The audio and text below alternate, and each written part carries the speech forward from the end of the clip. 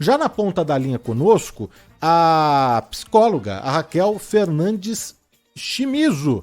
A gente vai abrir então o Plantão Médico Bandeirantes de hoje. Plantão Médico Bandeirantes.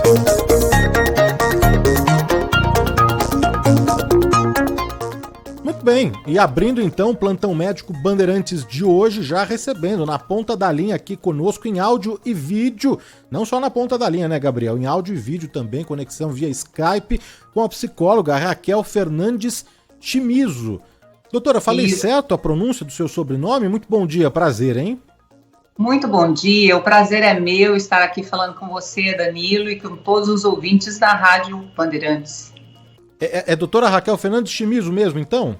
Isso, exatamente. Maravilha. Olha só, convidamos, né, a doutora Raquel Fernandes para falar sobre bullying, né? Adiantamos aqui, antecipamos o tema na passagem, né, do jornal Gente para o do Bom e do Melhor.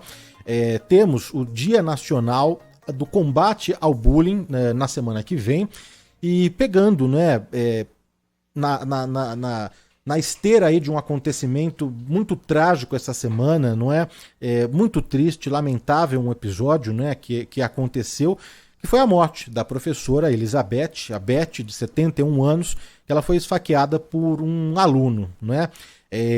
Abrindo um pouco a discussão sobre esse tema e sobre esse assunto, doutora, eu queria começar do começo, como eu sempre digo aqui no Plantão Médico, né? O bullying não é algo novo, como o Agostinho mesmo colocou aqui. Ele não surgiu agora, apesar do nome soar como algo moderno dessa geração, bullying, né? Mas desde que o mundo é mundo, existe isso, não, doutora? Sim, com certeza. É um evento muito antigo.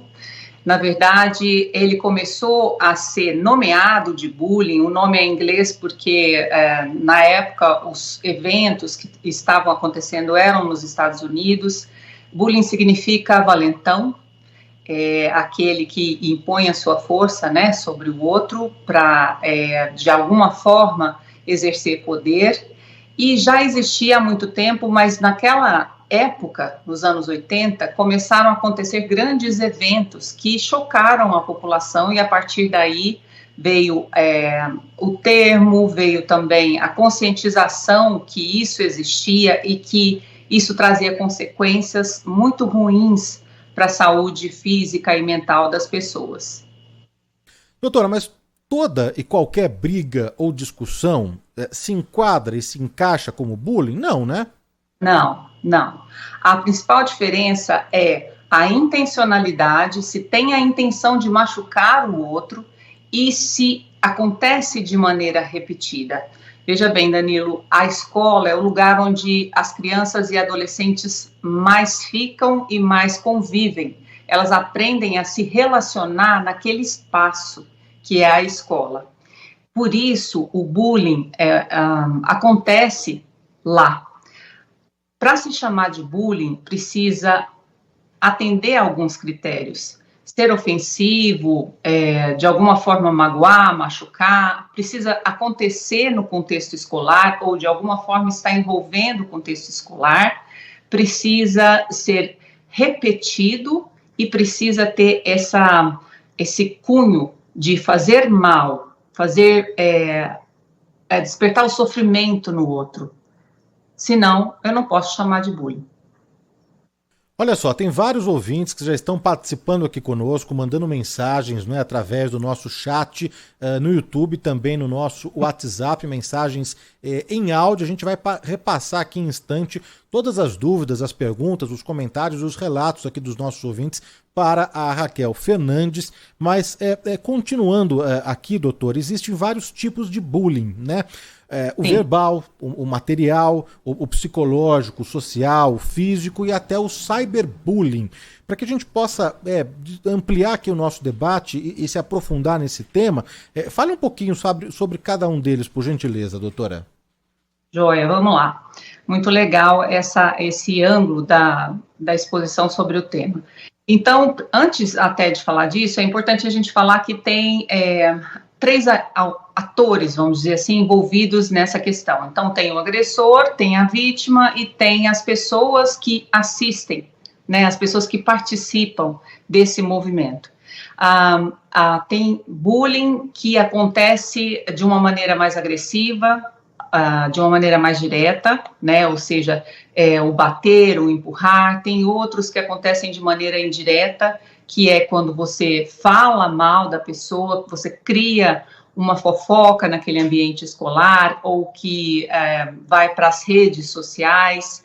Tem diferentes tipos de bullying que também excluem as pessoas, isso também é bullying. Quando você rejeita uma determinada pessoa, quando você deixa ela isolada naquele contexto escolar, e todos eles afetam de uma maneira definitiva a vida daquele indivíduo, deixa marcas para o resto da trajetória dele. São marcas que podem causar adoecimentos, podem causar feridas emocionais que muitas vezes resultam em revolta, em agressividade também. Se o bullying não é algo novo, não é? O cyberbullying, esse sim, já é dessa geração, né? Advento aí da internet, das tecnologias, e muitas pessoas acabam se utilizando, né, dessas plataformas em que você pode ficar anônimo ali, criar um perfil anônimo em qualquer rede social que seja, Facebook, Twitter, Instagram, um e-mail, né, e ficar ali provocando, não é, instigando aquelas pessoas. O cyberbullying, esse sim, já é agora atual, não, doutora? Isso, os haters, né, que ficam ali perseguindo e, de alguma forma, incomodando a vida do outro. Mas é só uma coisa importante da gente dizer também, Danilo, é que ele não fica, de fato, escondido, né? A partir do momento que a pessoa começa a perceber que ela está sendo incomodada, ela pode fazer um BO, denunciar, e a partir daí essas pessoas podem ser descobertas. Então, tem a falsa sensação de que ela não está sendo vista, e aí fica mais fácil dizer qualquer coisa, dizer coisas, às vezes, que socialmente não seriam ditas, né, em público, e é um tipo de bullying que tem um alcance maior, como vocês mesmos já disseram aí.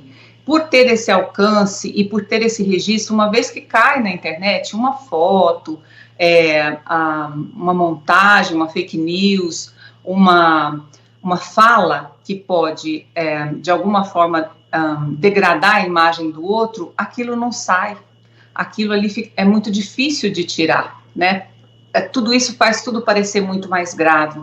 Antes, geralmente acontecia no contexto da escola, e a pessoa podia ir para sua casa e lá ela estava preservada, ela podia ir para outros grupos sociais nos quais ela participava, e aquilo ficava só emocionalmente machucado, mas os outros não sabiam. Hoje, por conta dessa história da internet e dessa exposição, ela não tem saída. Todos os lugares onde ela vai, todos sabem que aquilo aconteceu, e isso é extremamente cruel. Mas então, será que dá para a gente traçar esse paralelo com a pergunta do Agostinho, né? Por que antes o bullying sempre foi praticado, e ao que me parece, também não quero fazer aqui nenhum juízo de valor, mas que não tinham tantos traumas ou tantas consequências, ou não se falava tanto disso, não é?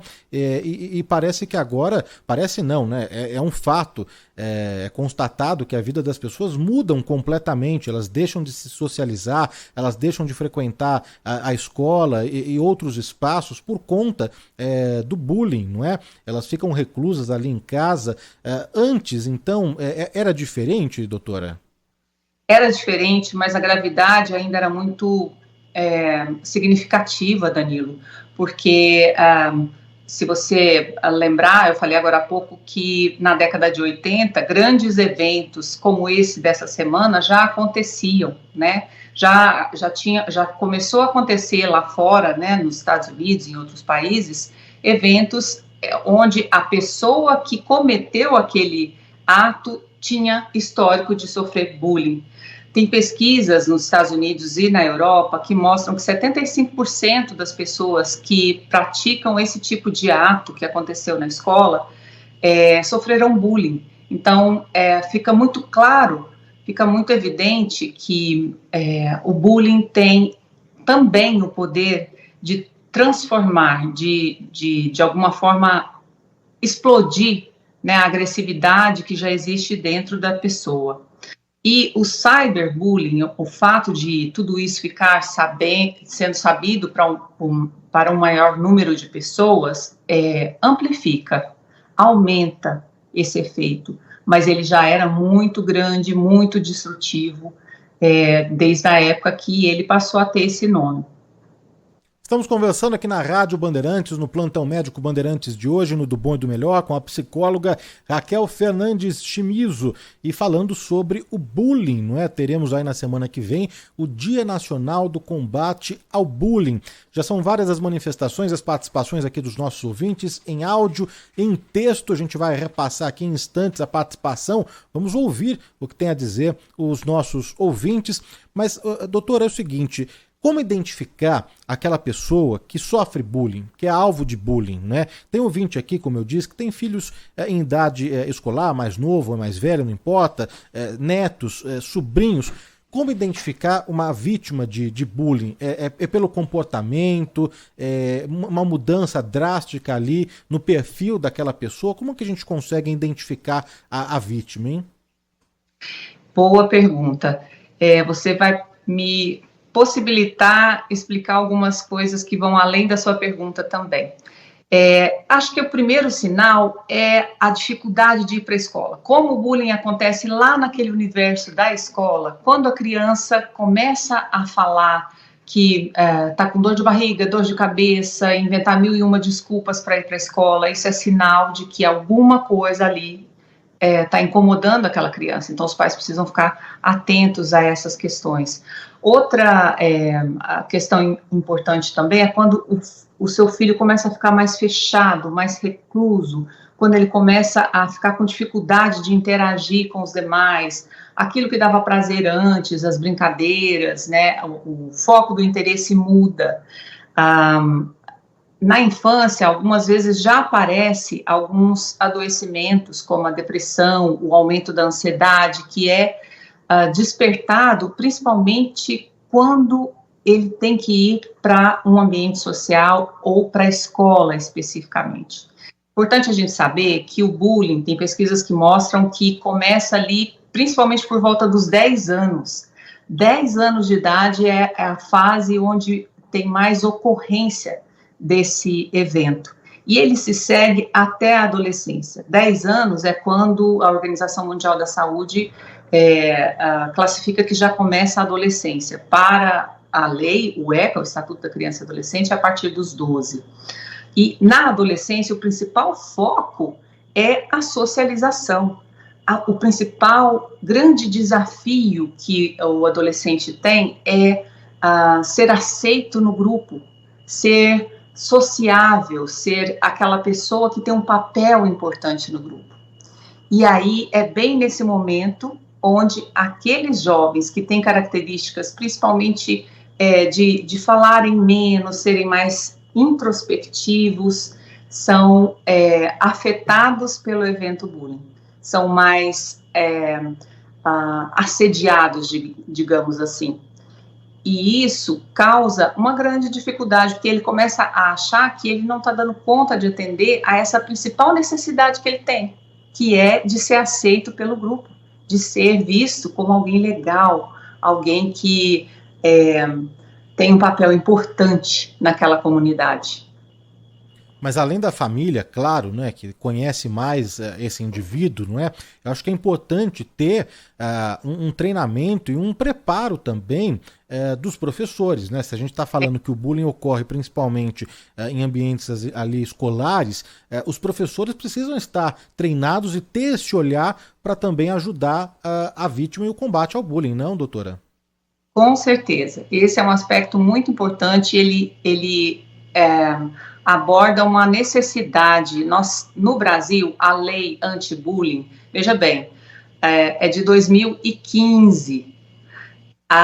Logo na sequência vem a instituição do Dia Mundial contra o Bullying, que foi em 2016, movido pelaquela grande tragédia que aconteceu no Rio de Janeiro, lá em Realengo, que foi em 2011, E em 2019, surge uma lei dizendo que precisa ter psicólogos nas escolas, mas hoje, de fato, ainda não tem tudo isso implantado.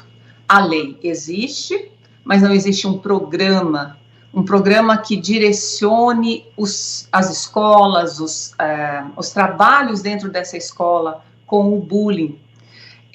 Existe a comemoração desse dia, mas naquele ambiente que é a escola, onde isso acontece, não tem nada sendo feito de fato de uma maneira igual para todas as escolas.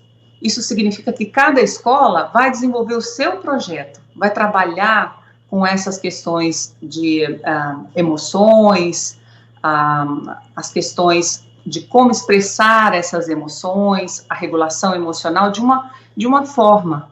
Não é uma coisa igual, não tem um direcionamento único, não tem um programa instituído que vá direcionar as escolas a trabalharem no mesmo sentido. E essa é uma grande necessidade, é um passo importante que precisa ser tomado e tomado com urgência. Olha, registrar aqui algumas participações dos nossos ouvintes, né? Que bom que a gente tem aqui um espaço democrático em que todo mundo fala, não é? O que pensa, a gente tem a oportunidade de esclarecer aqui com quem entende, não é? E com a nossa convidada de hoje, que é a Raquel Fernandes, que é psicóloga, né? O Ivo Simões, no nosso bate-papo do YouTube, diz o seguinte: a gente, que se referindo à geração dele, sofreu tanto isso nas escolas e éramos nós mesmos, né? E que essa geração atual é a geração Nutella. O Sidney diz, é muito mimimi, na minha academia isso ocorre e não tem nenhum problema, essa brincadeira, não é? Essa chacota, esse deboche. Ele complementa que inventaram um nome em inglês para uma coisa que era tão normal. Não era normal, não é, doutor? A gente não pode normalizar, não é? Traumas e consequências e marcas permanentes que você deixa numa pessoa como algo normal. E além disso, as consequências que isso traz, como a gente viu essa semana, que aconteceu um crime, um assassinato. Se ele era vítima de bullying, isso as autoridades competentes é que vão esclarecer os fatos desse crime que ocorreu nessa semana, desse adolescente de 13 anos que matou a professora esfaqueada. Mas a gente não pode normalizar essa situação, né? De jeito nenhum. Danilo, respondendo ao Ivo, essa fala dele é uma fala que a gente ouve bastante. Essa geração não tem resistência à frustração, a nossa geração aguentou tudo isso e deu conta. Aguentou não. Muitas pessoas da geração, não sei a idade do Ivo, né, mas de gerações anteriores, sofreram com transtornos mentais, com adoecimentos graves e muitas vezes não sabiam direito de onde veio aquilo. Eu costumo dizer que a diferença é que, assim, imagina uma sala cheia de barril com diferentes substâncias dentro. Imagina 10 barris cheios de um monte de coisa dentro e um deles tem pólvora. O bullying é como se fosse um fogo num lança-chama. Naquela pessoa que está cheio de pólvora, ele vai causar um efeito desastroso. Vai explodir. Vai explodir para dentro, para fora e vai afetar todos os demais.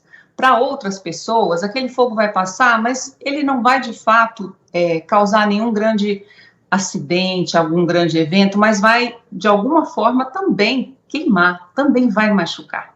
Eu gosto de usar sempre exemplos e criar imagens mentais para que as pessoas entendam as coisas de uma forma mais efetiva. Então, em outras palavras, sempre existiu, sempre machucou, sempre deixou marcas muito ruins. As pessoas cresceram, mas com dificuldade, às vezes, de falar em público, com muita dificuldade na relação com a autoridade, desenvolvendo doenças como depressão, ansiedade, até suicídio, com baixa aprendizagem, fuga da escola. Tudo isso é consequência do bullying. Só que as pessoas não tinham nem consciência de que aquilo era consequência do que aconteceu lá atrás. Hoje a geração Nutella, digamos assim, tem menos resistência à frustração. Esse é um outro aspecto, eu concordo. A gente observa isso mesmo, é um fenômeno real.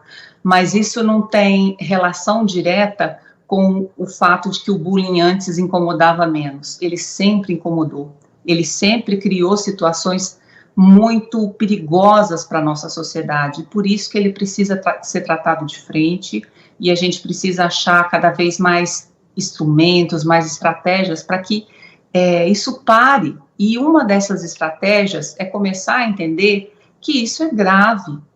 Brincadeira só tem graça quando tem graça para as duas pessoas. Quando uma só ri, ou quando aquela pessoa que sofre aquela intervenção, aquela ofensa, não riu, não tem graça. Simples assim. Lá no começo, quando o Agostinho fez a pergunta, ele falou, parece que as crianças às vezes são um pouco cruéis, são maldosas. Eu lembro que na época da faculdade eu tinha um professor que falava, a criança é um perverso polimorfo, é um perverso lá dentro do seu casulo, né? Pronto a ser desenvolvido. Todos nós nascemos com características que podem nos levar para desenvolver o que há de melhor em nós e o que há de pior em nós também. Depende do que eu vou vivendo, do que o meu meio vai me oferecendo para viver, e depende também daquilo que eu já trago, do meu temperamento. Nosso temperamento é herdado. Tem gente que já nasce sendo mais expansiva, mais falante, mais alegre, tem gente que já nasce sendo mais fechada, mais introspectiva, se magoa mais fácil.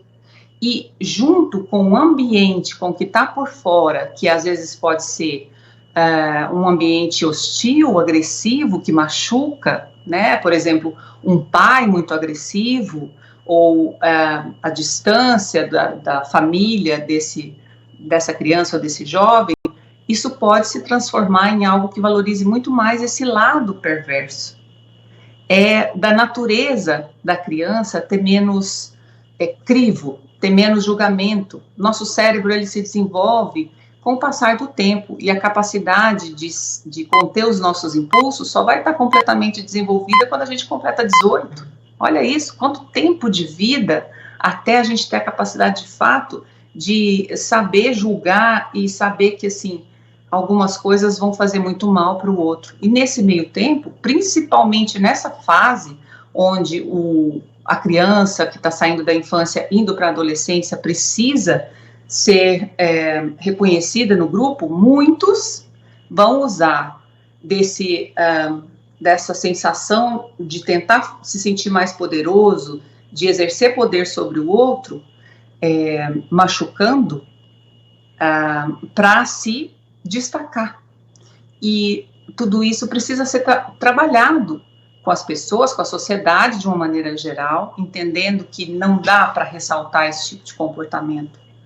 Muitas famílias, às vezes, ensinam os filhos, eu escuto muito isso em consultório, né, que meu pai falava para mim o seguinte, se você apanhar na escola e chegar aqui e me contar que você apanhou, você vai apanhar de mim.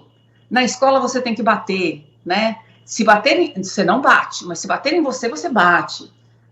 Os pais estão ensinando agressividade, responda a agressividade com agressividade, e não é o melhor caminho, né. O Luiz Pérez conosco aqui no nosso chat do YouTube, participando, acompanhando aqui atentamente o nosso plantão médico de hoje. O César Ximenes também. O Renan Pereira Pinheiro, direto de Porto Alegre, mandou mensagem. A Odélia Vido também escreveu aqui pra gente. A Maria Fátima. O Genival disse aqui, nos anos 90, normal, todos na minha escola tinham apelido. A Regina Missali, assunto muito útil, doutora Raquel, parabéns. O José Marcos Perazzo também mandou mensagem. A Cris Toledo, da Cris Toledo, aqui é um comentário que ela fez também aqui abaixo. Ela diz o seguinte, o que acontece hoje é que as crianças não são fortalecidas com uma boa base familiar. Então os fatores externos ganham força mais do que os valores que são passados no núcleo familiar. Acho que num comentário, numa resposta, doutora, você até comentou sobre isso. Então, isso procede de alguma forma? Tem algum grau de verdade nisso? Eu acho que tem, mas não é somente isso. Eu complementaria um pouquinho mais a informação da Cris, porque na adolescência é muito mais importante a opinião do grupo. É muito mais importante o que o grupo pensa sobre o adolescente. E é nesse momento que eles se tornam mais frágeis.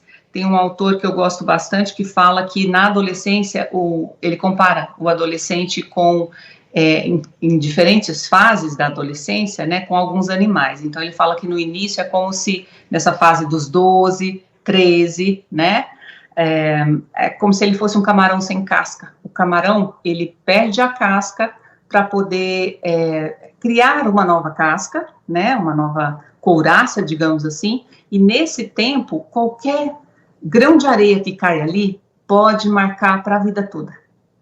E é exatamente nessa fase onde tudo isso dói mais, e por isso machuca e deixa registros para a vida toda. E é nessa fase que o que os pais falam, pensam, fazem é menos importante. A maior validação, o maior foco de atenção desse adolescente é o grupo, já não é mais os pais. Então, além de dar essa atenção, de dar essa fundamentação para que ele seja, né, seguro de que ele é amado, de que ele é querido ali na infância, os pais precisam saber que na adolescência o grupo vai ser mais forte, o grupo vai comandar mais do que os próprios pais, e isso é um grande problema para os pais também lidarem, porque é muito difícil você perceber. Eu sou mãe de 2, né, um que já passou da adolescência, tem 24, e um que está ainda no final da adolescência, com 17, e acompanhar esse movimento de que a nossa opinião, aquilo que a gente gostaria, aquilo que a gente quer, tudo que a gente dá, o que não dá também, não é o mais importante, é muito difícil, né, para os pais. Mas os pais continuam sendo um apoio seguro. Os pais ainda continuam sendo aqueles que vão abraçar e acolher no momento da dor e da dificuldade. E aí a grande questão é entender qual que é o papel que ele exerce em cada momento. Então, complementando o que a Cris falou, acredito sim que os pais serem mais presentes lá nesse primeiro momento da infância da criança vai ser extremamente importante e necessário para prevenir que ele sofra com situações de bullying ali, quando ele começar a entrar na adolescência. Mas também é importante saber que, independente do quanto esses pais estiverem presentes, dando ali na adolescência, eles não vão conseguir evitar que seus filhos sofram essas situações. Eles vão sofrer e eles vão enfrentar cada um com o que tem dentro do seu próprio barril.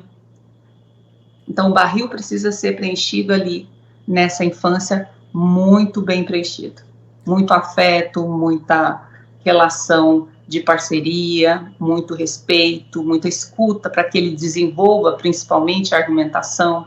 Você sabe, Danilo, tem pesquisas que falam que filhos de pais autoritários têm mais dificuldade de lidar nessa idade, nessa fase, com o bullying, porque eles aprendem a não serem ouvidos, a dizerem sim, senhor, sim, senhora, e fazerem tudo o que o outro quer.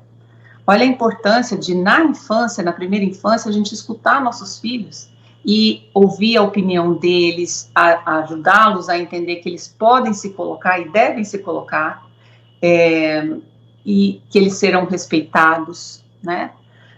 Tudo isso faz parte do que é possível fazer para preparar os nossos jovens, para eles ficarem mais fortes, para eles ficarem mais raiz, falando um pouco e brincando um pouco do termo que o Ivo comentou, né? Já que eles são Nutella, vamos fazê-los ficar raiz, vamos fazê-los ficar forte.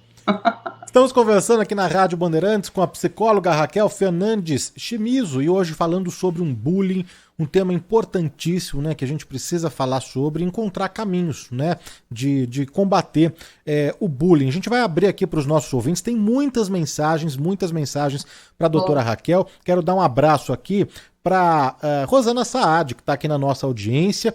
Ótima entrevista, está adorando aqui o papo, e até mandou aqui um relato, né, falando que ela tem um filho que usava óculos e tampão e que sofreu muito, né? E identifiquei o líder na classe e trouxe para brincar em casa. Assim aproximei, né, quem mais fazia o bullying, né? Mas em classes menos favorecidas é impossível, pois a mãe trabalha fora, sem horários flexíveis, né? Então a Rosana encontrando aqui um caminho, né, para, enfim, tentar amenizar um pouco e até acabar mesmo, né, com o bullying. Quem mandou mensagem aqui também foi a Sabrina, falando que normalizar a humilhação e brincadeiras, quem bate esquece, quem apanha não. A Kátia Martins, é verdade tudo isso, doutora. Minha irmã mais velha se suicidou. A depressão começou quando ela era criança, então reflexos e consequências de tudo que ela passou, não é? O Milton Goya aqui conosco também, o Claudinei, quem mais aqui? A Luciana Marques, a Ruterli Alves, o pessoal mandando mensagens aqui no nosso chat do YouTube, o Reinaldo Dias, ouvindo aqui de Praia Grande, o Jonas Teixeira também aqui mandou mensagem, o Agamenon Silva, Ivani Giannini. E eu quero falar sobre o perfil dos agressores, quero discutir isso com detalhes, com profundidade, mas antes abrir aqui a participação em áudio dos nossos ouvintes. Vamos começar a ouvir aqui algumas mensagens. Bom dia, Nelson de Arujá. Doutora, hoje em dia o bullying é desculpa para tudo, né?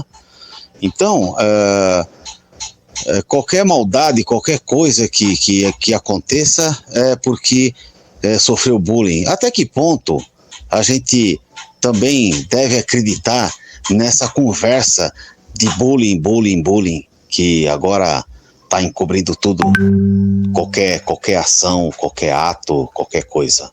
Abraço.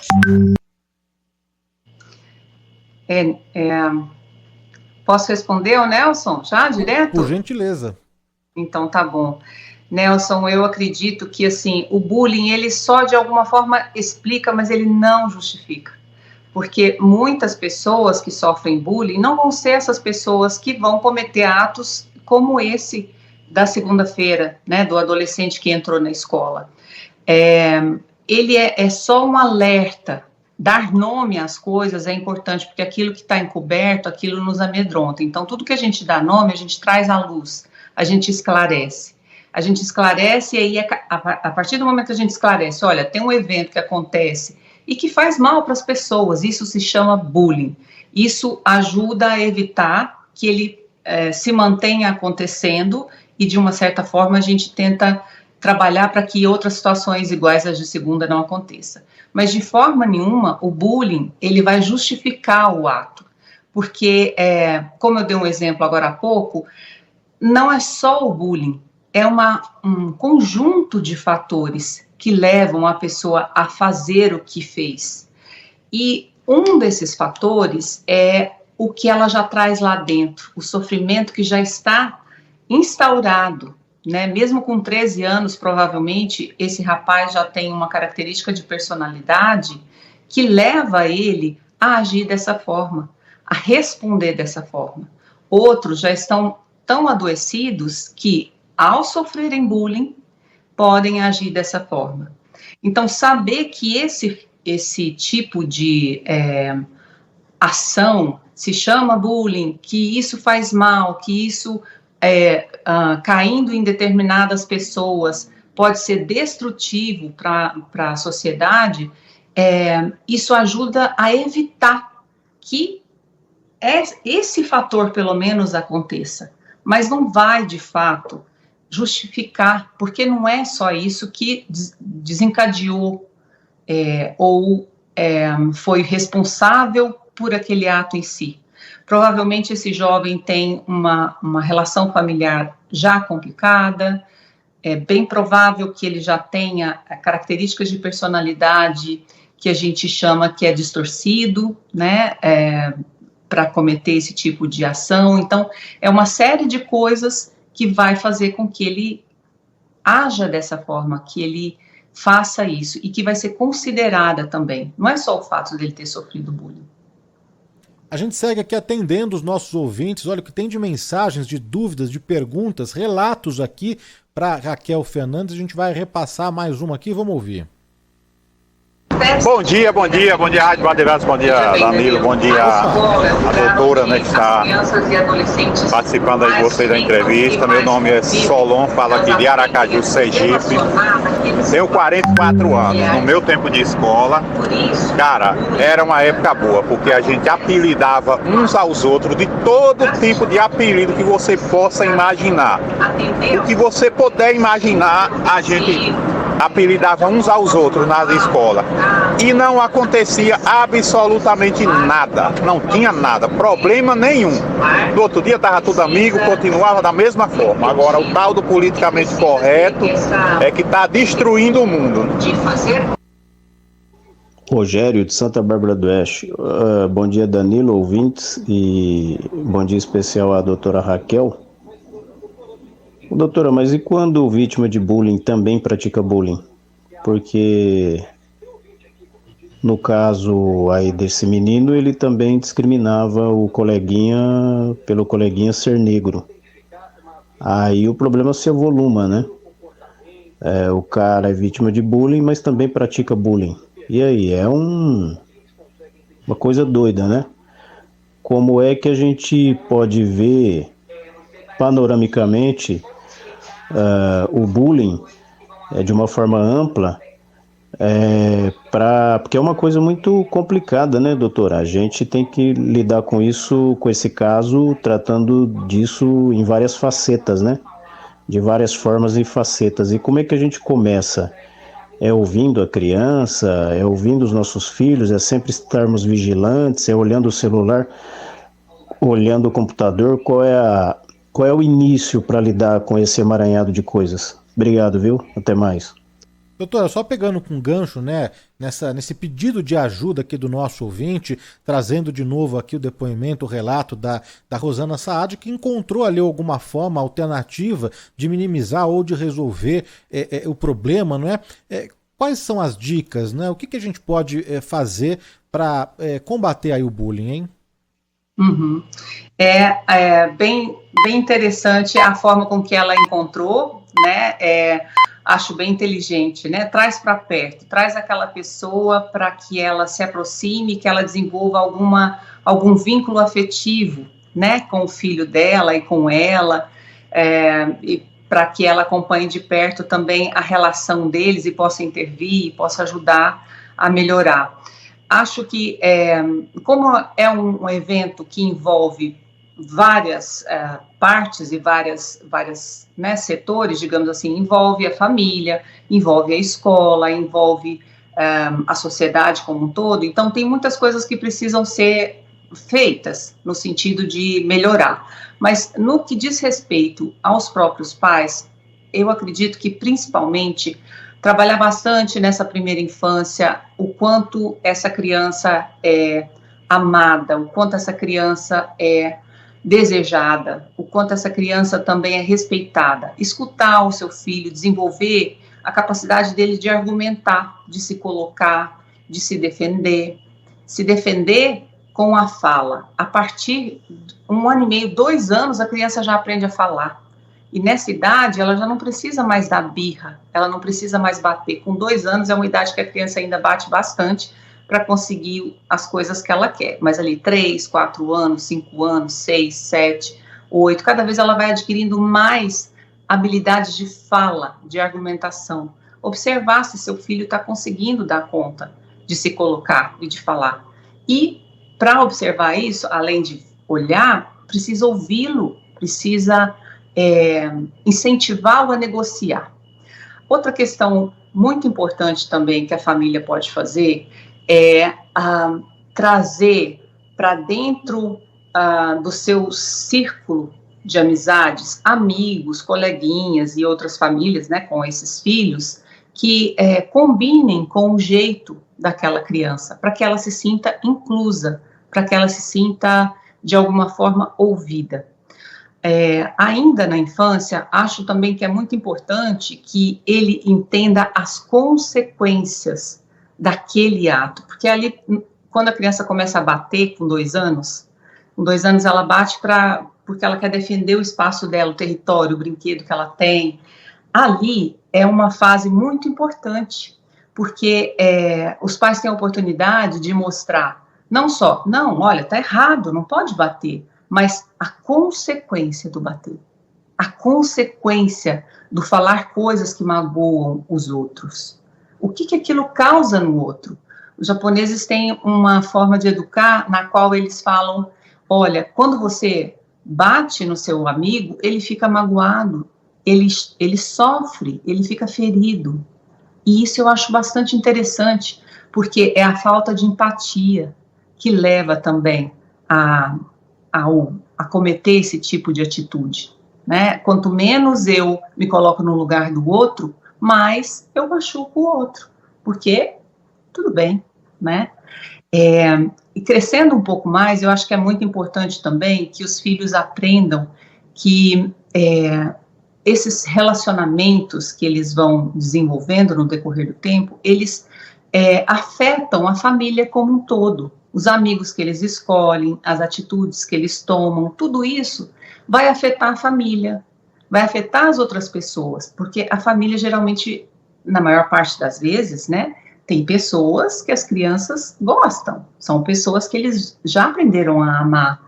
Então, é importante que ele entenda que se ele comete algum ato, se ele magoa alguém, aquilo reflete na vida dos próprios pais também.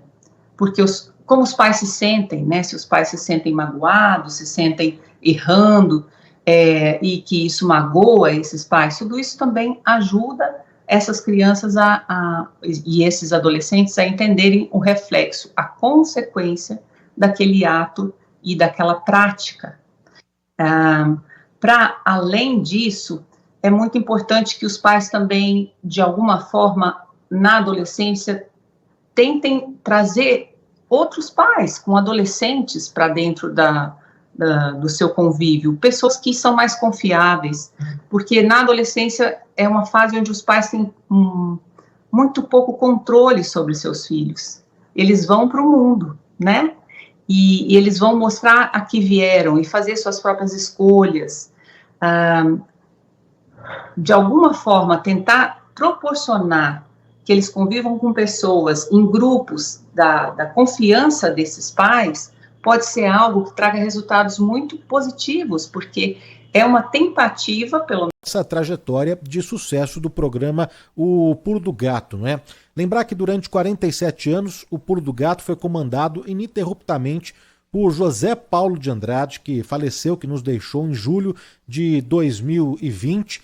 Eu tive uma certa oportunidade, uma participação, ainda que pequena, mas participei e participo ainda do Pulo do Gato, com os boletins culturais, com os bons motivos, com dicas de cultura e lazer, e o Zé Paulo sempre valorizou muito esse produto no ar, sempre me mandava mensagens com dicas, com sugestões, você vai falar sobre isso, tá tendo um grande show na cidade, tá tendo um circo, uma exposição, e eu nunca me esqueço que uma vez quando eu saí de férias, eu deixei todos os produtos, todos os boletins, todas as notas gravadas, eram notas inéditas, né?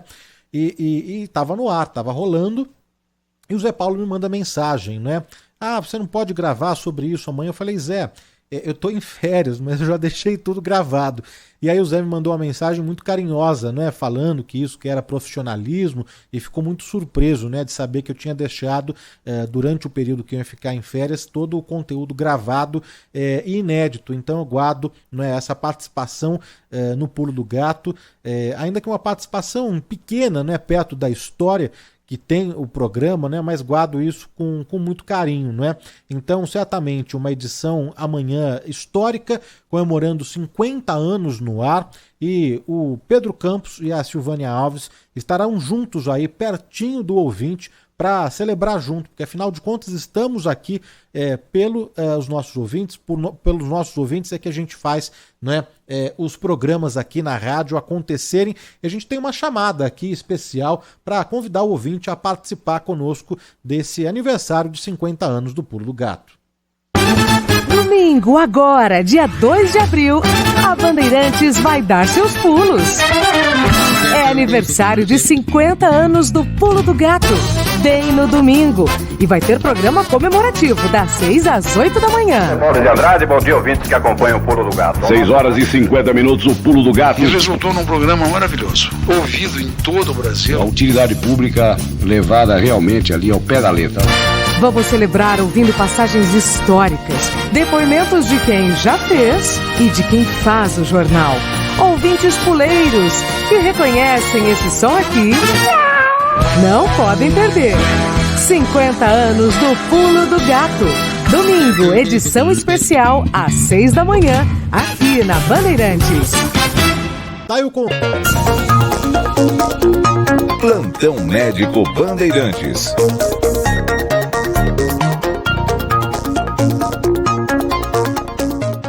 11 horas em ponto, a gente segue aqui com o nosso Plantão Médico Bandeirantes de hoje, falando sobre bullying. Nossa convidada é a doutora Raquel Fernandes Chimizo, que é psicóloga, e a gente está aí na esteira da celebração, aí, se é que dá para chamar de celebração, mas é um dia importante, que é o Dia Nacional do Combate ao Bullying, né? E precisamos falar sobre esse assunto e debater esse assunto, né? Eu queria agora falar em detalhes sobre o perfil dos agressores, doutora. Os agressores têm certas características, personalidades em comum, que é comum a todos eles? Tem como traçar esse perfil ou não? Tem algumas características que é possível observar, sim. Se a gente for lembrar de um dos ataques que parece ter inspirado, né, esse jovem, o de Columbine, lá nos Estados Unidos, a gente já sabe, porque depois de muitos anos, mais de 20 anos, né, que aconteceu, muitos estudos foram feitos, e um deles foi considerado psicopata, o outro depressivo, então foi uma conjunção de adoecimentos. Um tinha uma personalidade, um jeito de ser muito cruel, não sentia culpa, não sentia empatia e, ao mesmo tempo, queria ser alguém muito importante, queria ser reconhecido pela comunidade, mobilizar os Estados Unidos inteiro. Eles planejavam matar 400 pessoas naquele atentado. E o outro era um garoto depressivo. O Dylan, ele tinha aquele olhar para si de que ele não tinha tanto valor, ele tinha aquele olhar de que ninguém o amava de fato, distorcido por conta do adoecimento. Então, a junção dos dois foi completamente, né, desastrosa naquele momento lá. Se a gente olhar para os últimos casos, desde 2011, que é o de Realengo, né, aqui no Rio de Janeiro, que também seguiu os moldes deste grande evento lá nos Estados Unidos, de lá para cá, todos eles são jovens, a não ser o de Realengo, que já tinha 23, e também um dos jovens, né, no massacre de Suzano, que também tinha 23, mas todos os demais são adolescentes, entre 13, 14, 16, 17, meninos. Tem pesquisas que foram feitas sobre essa questão do perfil, do tipo de bullying que meninos e meninas fazem lá em Portugal e na Espanha, que falam que as meninas fazem um tipo de bullying que é mais da conversinha, do mexerico, da inventar a história, de expor o outro. E os meninos, mais esse perfil da violência, mais agressivo, de bater, de encostar, de humilhar. Então, a maior parte desses jovens, nesses eventos aqui no Brasil, são meninos. Até agora não se ouviu falar de nenhuma menina envolvida nisso, né? Estudando um pouquinho a história que aconteceu segunda, tem suspeitas, né, de que uma menina esteja envolvida, mas não no ato em si. Isso é algo novo. Então, tem essas questões de personalidade, tem o fato de terem sofrido bullying, e tem também essa questão do tipo de bullying que é feito com relação ao gênero, né? Os meninos geralmente são mais voltados para situações agressivas. Uma outra coisa interessante também da gente observar é que geralmente tem uma relação familiar agressiva, autoritária. Geralmente tem uma característica de dificuldade de interação social, de reclusão. São mais voltados para si, são meninos mais introspectivos também. São características marcantes. Mas o principal delas é que todos tinham um sofrimento emocional muito grande. A junção de todas essas coisas criou um caldeirão explosivo, digamos assim. E você sabe, doutora, que o Gabriel Betting, que está aqui na nossa coordenação de estúdio, ele fez uma observação que é verdade mesmo, né? Que um acaba se espelhando e se inspirando no outro, né? Então, infelizmente, esse caso agora dessa semana, desse adolescente aí que esfaqueou a professora Elizabeth, né? Levando à morte, morreu aos 71 anos. Infelizmente, a gente vai ver ali eventos em cadeia, muito do reflexo do que aconteceu essa semana, não? As pesquisas mostram que a cada evento que acontece, mais 3 vêm na sequência. Então, nesse momento, é um momento que a mídia, principalmente, precisa tomar muito cuidado. A gente precisa mostrar quais são as consequências desses eventos e não dar visão, não dar popularidade para esses jovens. O nome, o rosto, é muito importante que a gente passe a ter leis que regulamentem essas coisas e que de alguma forma direcionem para que esse jovem não apareça. Uma, porque ele é adolescente, e o próprio Estatuto da Criança diz que não que a gente não pode expor, né, o rosto da criança e do adolescente. A outra, o principal motivo é que o que eles buscam é popularidade. Eles buscam ser reconhecidos, mas pelo lado negro da força, digamos assim. É como se eles estão buscando a mesma coisa que qualquer outro jovem. Eles estão buscando serem vistos, serem, de alguma forma, aceitos, né? Na comunidade com a qual esse jovem se relacionava, provavelmente ele é um herói, porque ele fez algo que muitos deles gostariam de ter feito. E a mídia traz isso com uma força e mostra o ato acontecendo. Parece, olhando os vídeos ontem, pesquisando um pouco sobre o assunto, me lembra até uma cena de videogame. Então, familiar, é legal para ele, é estimulante, e a mídia tem que tomar cuidado na hora de mostrar isso. Cuidado na hora de divulgar o nome. Se tem uma coisa que não se deve fazer, é isso, porque é isso que eles estão procurando também, né? De um jeito torto, distorcido, mas também tomar bastante cuidado também, porque tem um efeito contagiante, assim como na questão do suicídio. Quando uma pessoa comete suicídio, a mídia hoje já está mais direcionada, né? Quando ela tira a sua própria vida, é até um termo melhor de se usar, né? Porque até falar essa palavra, para quem já está com a intenção, também já desencadeia gatilhos. A mesma coisa acontece aqui nesses casos. Quando outros jovens que também já estavam planejando e idealizando fazer, começam a ver tudo aquilo, começam a ver todo mundo discutindo, mandando vídeos pelo WhatsApp, aquilo virou uma febre, ou seja, ele se estimula também, né? São assuntos delicados e que a gente ainda precisa aprender a lidar com eles, mas uma das coisas importantes é saber que é um período que precisa tomar mais cuidado.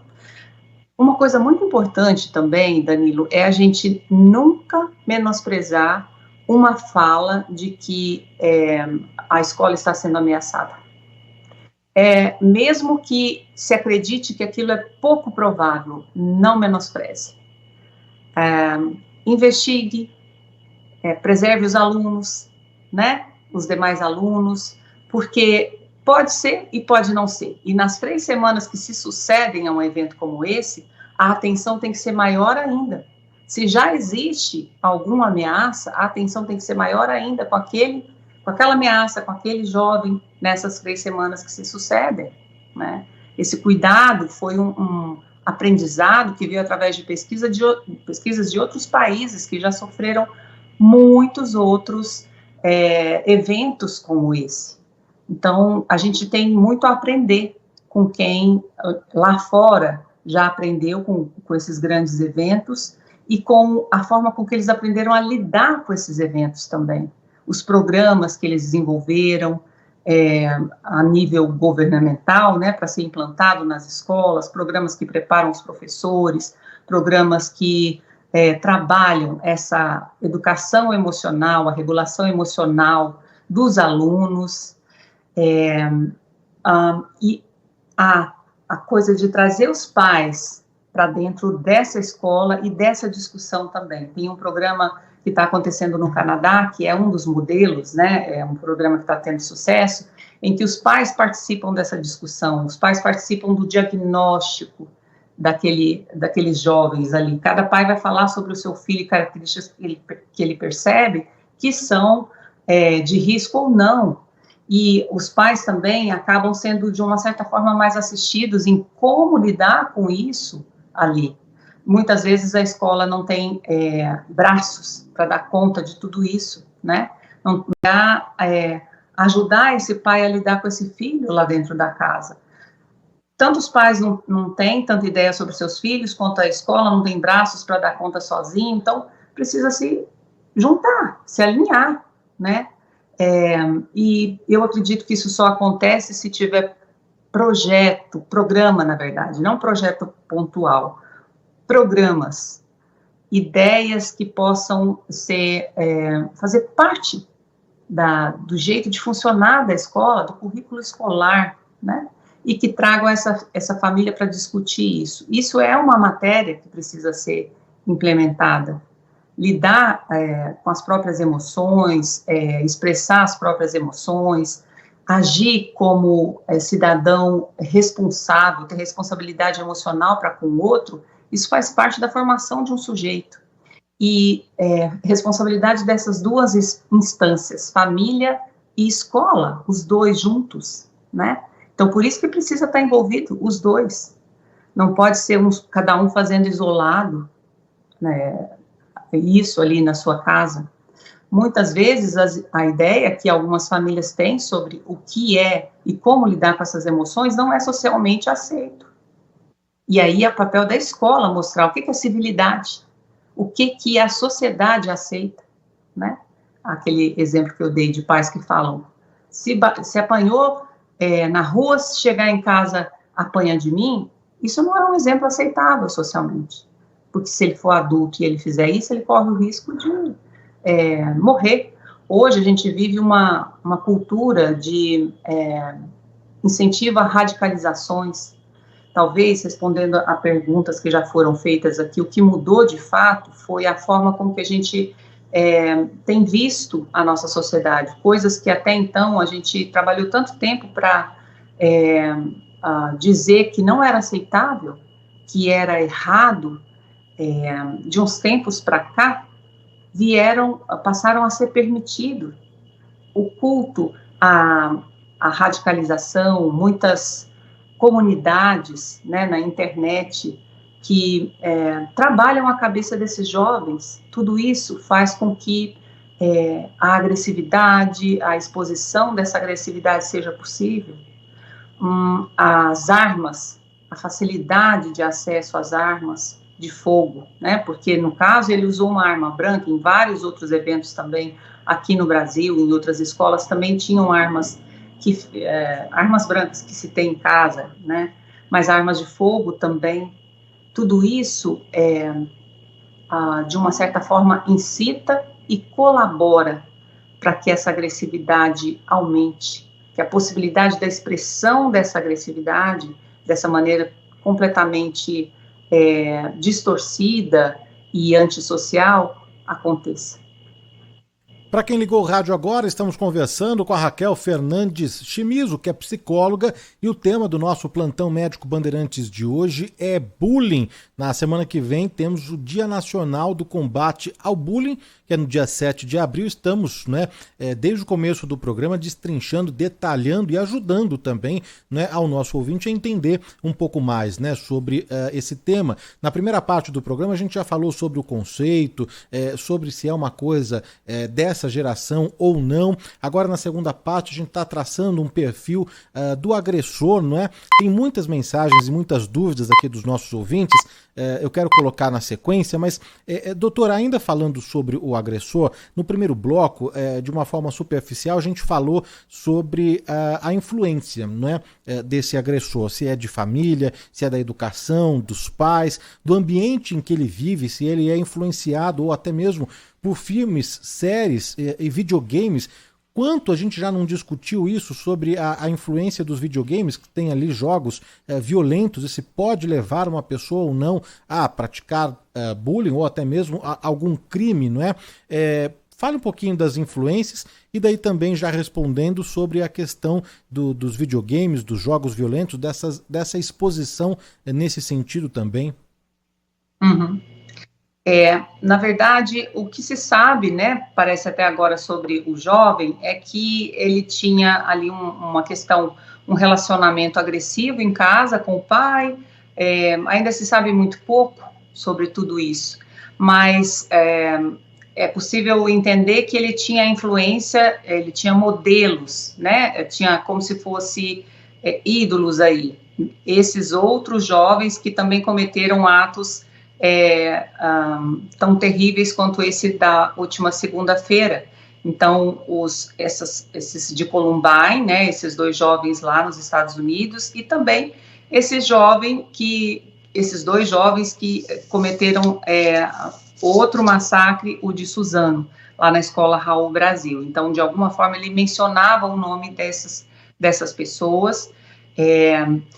Com relação aos jogos, os jogos, eles despertam e, de alguma forma, eles estimulam o cérebro do jovem, né? Os jogos funcionam mais ou menos como o bullying também. Então, se tem aquele jovem que já tem aquele perfil, aquelas características de personalidade, aquele sofrimento emocional, e de alguma forma, aquele ambiente, né, hostil, eles podem ser mais um agregador que vai estimular a essa agressividade, mas eles não funcionam dessa forma para o resto das pessoas. Eles não são os grandes influenciadores ou os grandes deflagradores dessa violência, dessa agressividade, desse desenvolvimento da personalidade de uma pessoa. O jogo, ele vai entrar num outro campo. O jogo entra como aquele espaço de imaginário, assim como as histórias de terror, nessa idade 10, 11, 12, chamam mais atenção, filmes de terror, né, chamam mais atenção dos jovens, os jogos também. E ele vai entrar, para aqueles jovens que são emocionalmente saudáveis, naquele espaço da imaginação, não no espaço daquilo que é possível fazer. Desde muito pequenos, a gente precisa exercer papéis de bom, de mal, a gente brinca de polícia e ladrão, a gente brinca de ser a professora carrasca, porque nós precisamos, de alguma forma, exercitar esse lado mal para que a gente entenda que o lado bom que é possível, né? Isso faz parte da construção daquilo que está ali no nosso imaginário. Então, resumindo, não, os jogos não vão fazer com que os jovens se tornem doentes ou com a personalidade tão distorcida a ponto de ter coragem de tirar a vida do outro. A Nelly Mello... Oi, desculpa, doutor. O tempo de jogo é importante.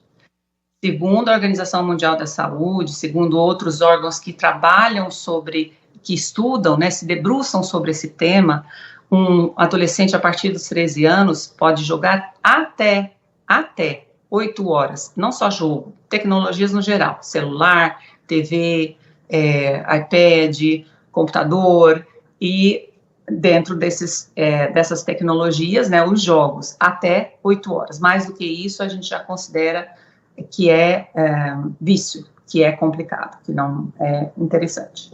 Desculpa, eu te interrompi, doutora, para falar que a Nelly Mello está aqui na nossa escuta, mandou mensagem, excelente programa. Doutora Raquel está colocando e respondendo com muita propriedade todas as questões. Tem uma pessoa na minha família que sofre, passa por isso, é muito triste. Obrigada por tratar de tantos assuntos necessários. Sérgio Roberto no nosso chat do YouTube, esse assunto é muito sério. A Vera Lúcia de Almeida Silvestre, bom dia, parabéns Danilo, doutora, ótima e esclarecedora entrevista. O Antônio também mandou mensagem aqui, o Benones, o Júlio César, Francisco Silva, falando aqui do conhecimento, da competência da doutora para falar sobre esse assunto. Jaime de Jesus, muito esclarecedor, vamos sim ficar atentos, né, ao Plantão Médico Bandeirantes de hoje. O Ivaldo Lucena também, a Ana Maria Moraes de Santos, a Loreta Bellini sintonizada, o Fabiano Sobrinho, o Juca, o Videira também, o Videira mandou uma mensagem de áudio, em breve a gente vai colocar aqui. E olha, voltando aqui a atender os nossos ouvintes que querem muito conversar com a doutora e tirar dúvidas, né, esclarecimentos, tem um ouvinte aqui, doutora, que fala sobre a religião e espiritualidade. Vamos ouvir aqui. Olá, Danilo, bom dia. Eu sou o Renato Trevisan de Mauá, ouvinte da Bandeirantes aí desde garotinho, inclusive seu, né? Então, eu estou acompanhando aí a psicóloga, né? E as pessoas que estão falando aí, muito boa a entrevista dela, né? Com ela. Só queria acrescentar e perguntar para ela também, né? Que diante desses acontecimentos, não se ouve falar sobre religião, né? Será que não está faltando um pouco disso também nas escolas, com os pais? Hoje as famílias não estão muito ligadas a isso, né? Não está faltando Deus, né? Alguma coisa assim, não estou falando nem de religião, né? Mas uma coisa espiritualizada mais, né? Não seria isso também uma falta? Eu não ouvi ninguém falar disso. Obrigado, viu? Um abraço. Opa, eu que agradeço o ouvinte pelo carinho, pela audiência de tantos anos aqui. E aí, doutora? Respondendo ao Renato, muito legal essa colocação, porque, de fato, a religiosidade é diferente da espiritualidade. Então, vamos falar da espiritualidade, que é a relação que as pessoas têm com o seu Deus. Isso é extremamente importante para a formação do caráter e, principalmente, é importante também para que a pessoa tenha com quem contar em situações difíceis. Sim, é importante, é necessário. Quando a gente fala sobre lidar com pessoas que querem tirar sua própria vida ou com pessoas que querem tirar a vida dos outros, essa é uma estratégia, é uma arma, digamos assim, muito importante de ser usada também. Porque essa espiritualidade é que vai fazer com que eu me sinta seguro, que eu me sinta amado, que eu me sinta confortável nesse mundo, que é um mundo difícil, cheio de desafios, cruel muitas vezes, né? Sim, falta, eu acho que cada família escolhe qual é o seu Deus, qual é a sua religião, como vai viver essa sua espiritualidade. E cada criança recebe aquilo e depois decide o que vai escolher para si, qual vai ser a sua verdade. Mas é importante que ela exista, porque senão a vida fica muito sem sentido. E essa vida sem propósito, sem sentido, é uma vida mais difícil, né? Então, sim, é muito importante. Sim, é muito necessário também. E é importante que seja visto como uma das estratégias para lidar também com a formação dos filhos, com a formação do caráter da pessoa que está sendo desenvolvida. O Marcelo, do Bairro da Saúde, Danilo, muito boa entrevista com a doutora. Depois, por favor, passe o link para enviar para outras pessoas.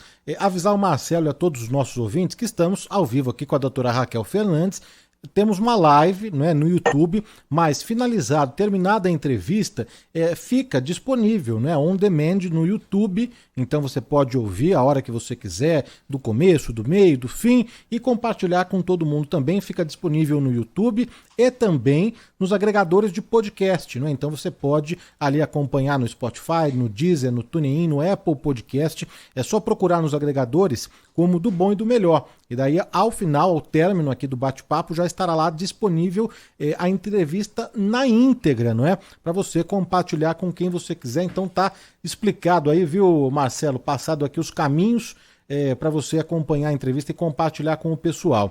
Doutora, tem uma pergunta do Miguel Aguilera, muito pertinente e uma curiosidade também, né? Ele diz aqui: doutora Raquel, gostaria de saber, na sua opinião, ele pergunta sobre este caso específico do menino aqui dessa semana de 13 anos, mas a gente pode abrir aqui e falar sobre outros casos também, né? Mas ele pergunta se este menino poderá ser recuperado para que possa voltar ao convívio em sociedade.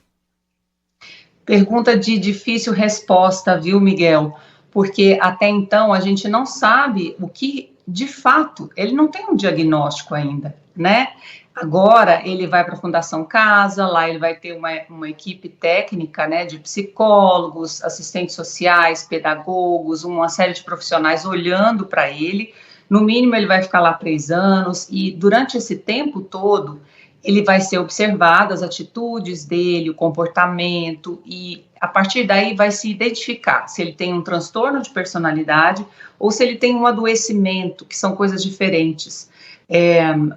Pode ser que ele seja um garoto depressivo, isso é uma doença, né, que vai ser tratada e que em alguns momentos ela vai passar, e pode ser que ela volte ou pode ser que ela não volte. Agora, se ele tem um transtorno de personalidade, isso significa que a personalidade dele, o jeito dele ser, é um jeito distorcido, é um jeito torto não é a melhor palavra, mas vamos dizer assim, é um jeito que não vai combinar com a sociedade. Pesquisando um pouco sobre o assunto, eu relembrei a história do Champinha.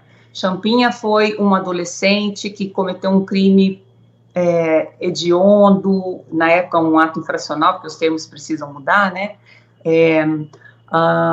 e que até hoje está preso, porque a equipe que o entrevistou não conseguiu perceber que tinha melhora.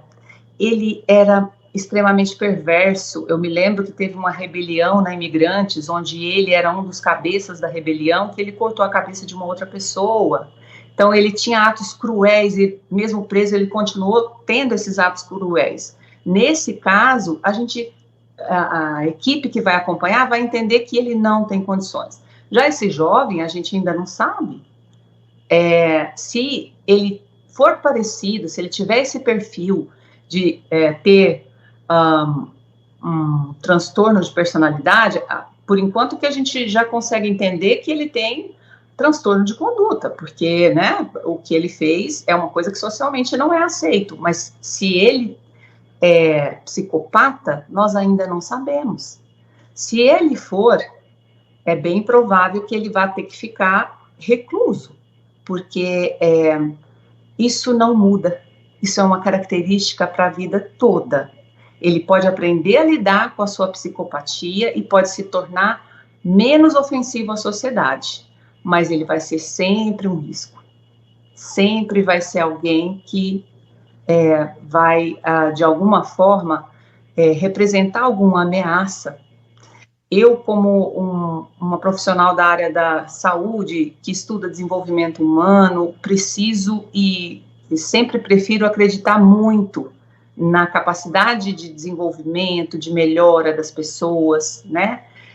Mas a gente sabe que também tem limites, que para algumas patologias, que para algumas características, jeitos de ser de algumas pessoas, tem coisas que não vão ter grandes mudanças, vão ter muito pequenas, e o risco é sempre muito grande.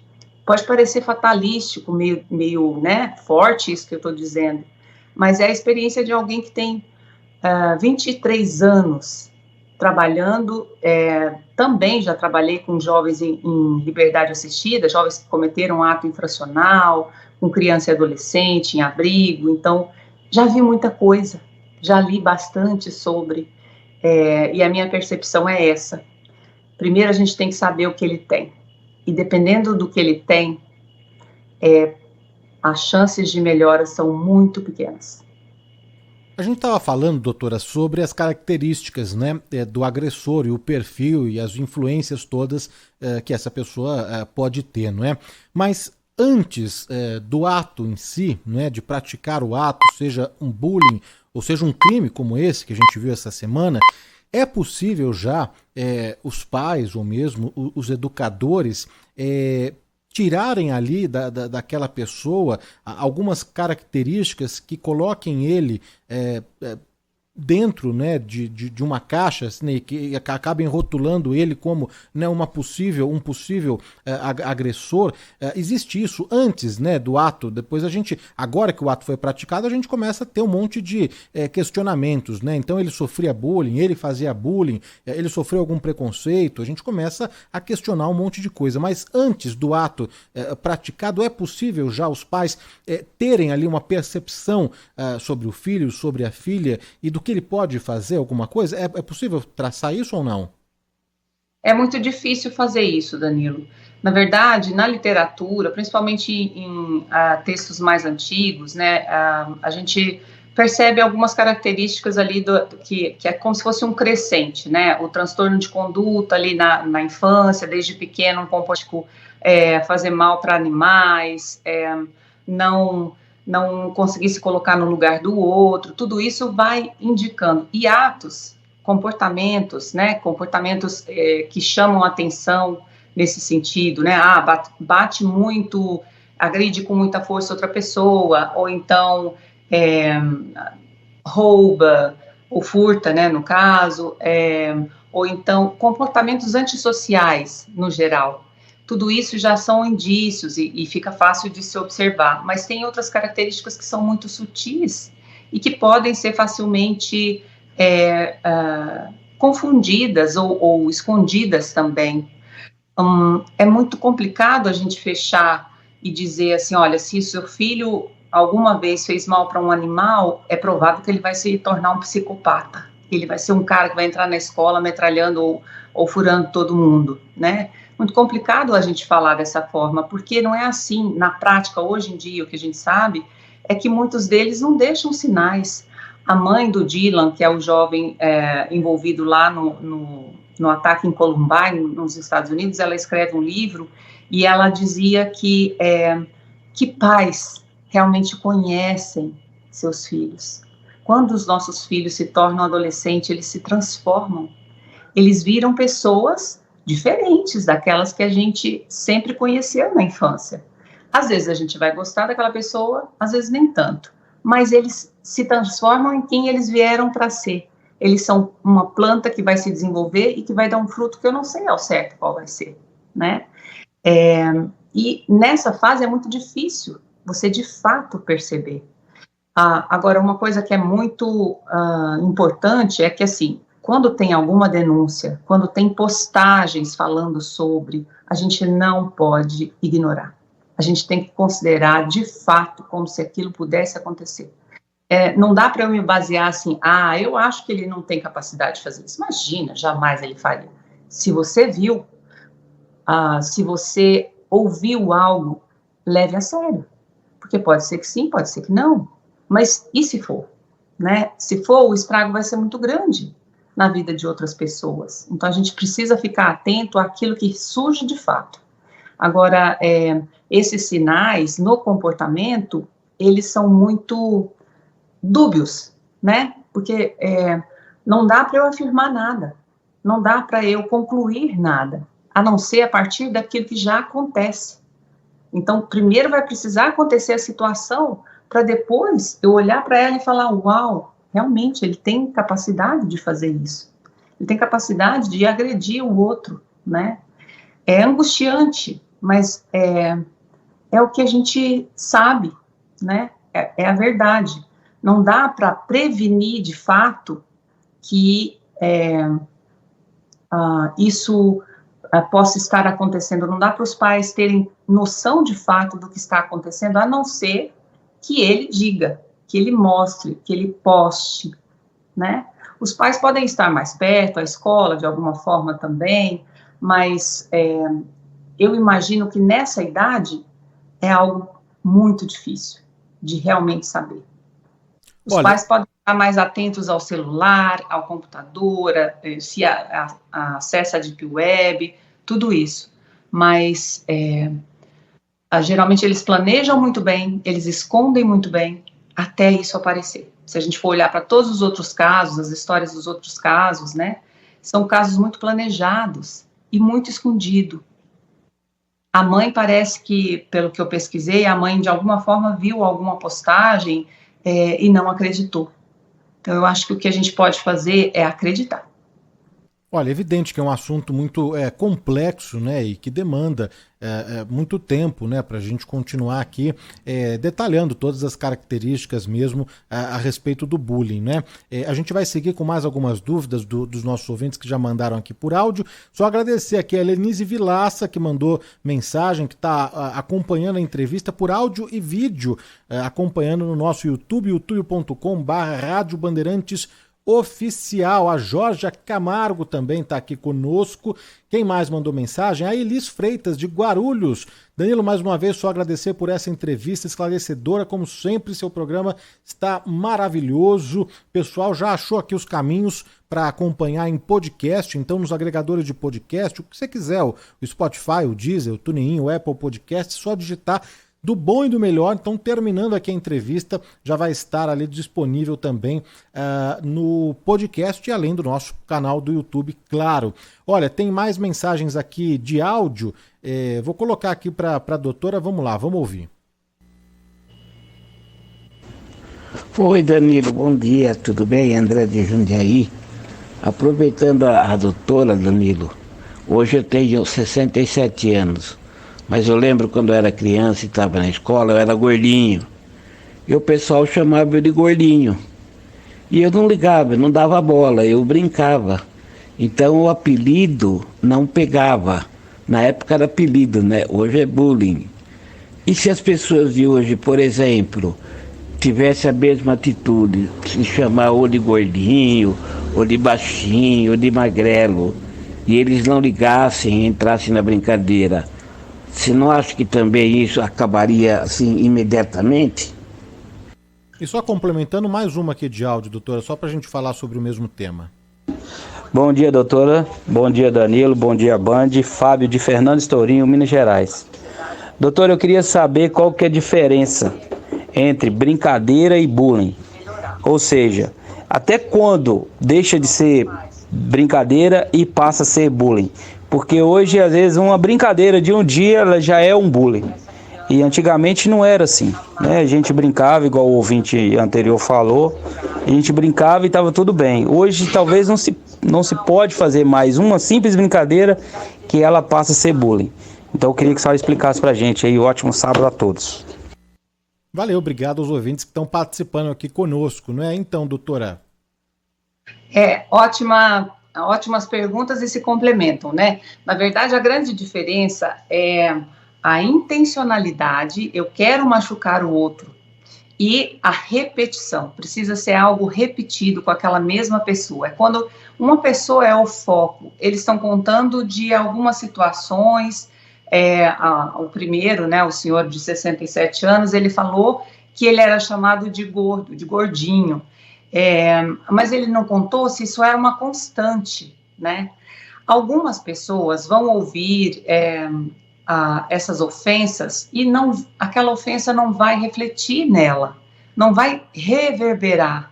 Mas para outras pessoas isso reverbera. A diferença é o que cada um tem lá dentro, o arcabouço emocional, o quanto a pessoa vai de fato acreditar naquilo que o outro fala, né? O momento da vida em que escuta isso também. Tudo isso faz diferença, mas o fato é que, assim, quando é incisivo em cima de um jovem específico, quando é feito por um agressor, o grupo, ou seja, o jovem se envergonha, ele está sendo exposto, e quando tem a intenção de magoar, de machucar aquela pessoa, aí eu considero bullying.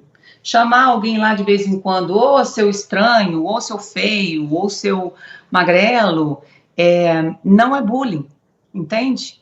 É um xingamento, entra em outra classificação.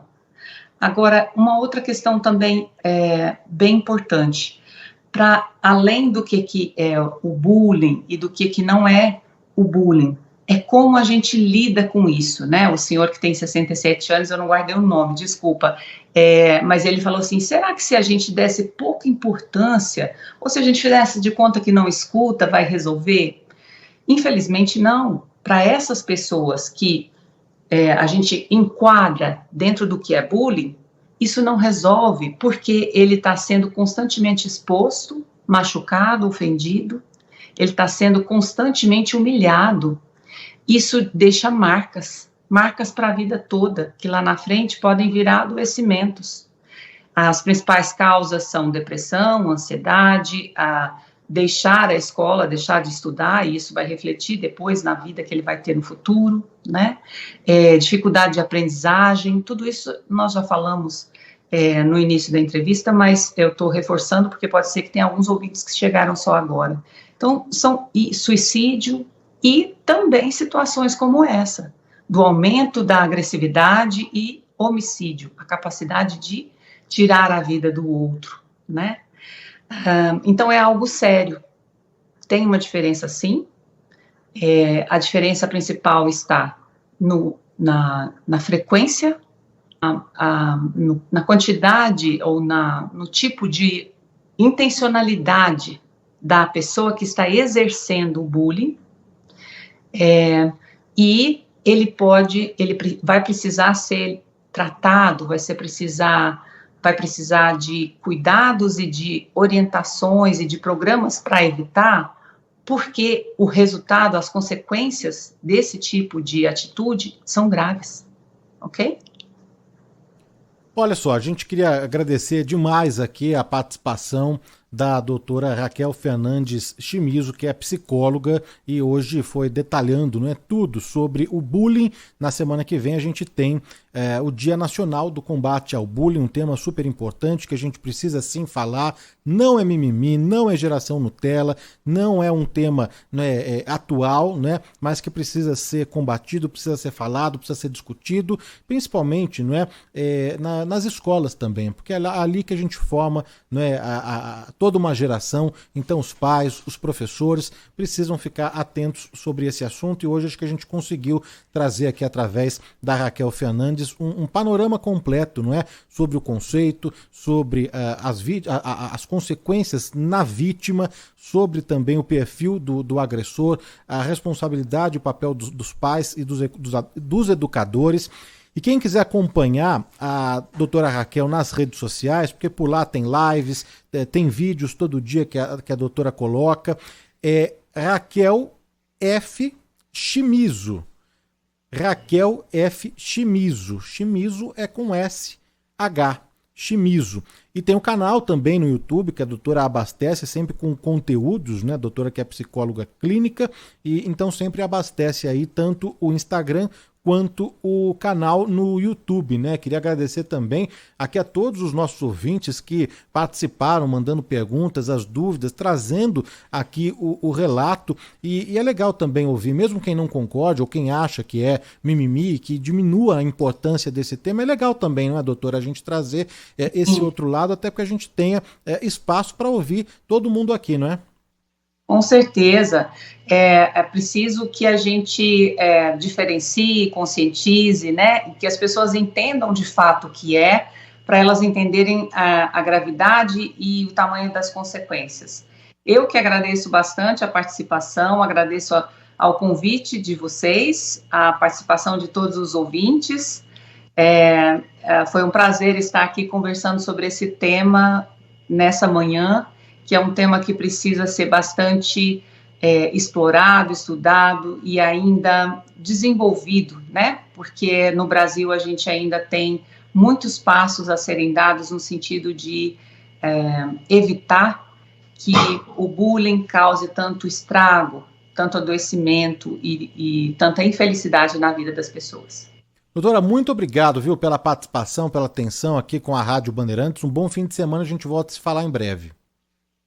Um abraço, eu que agradeço.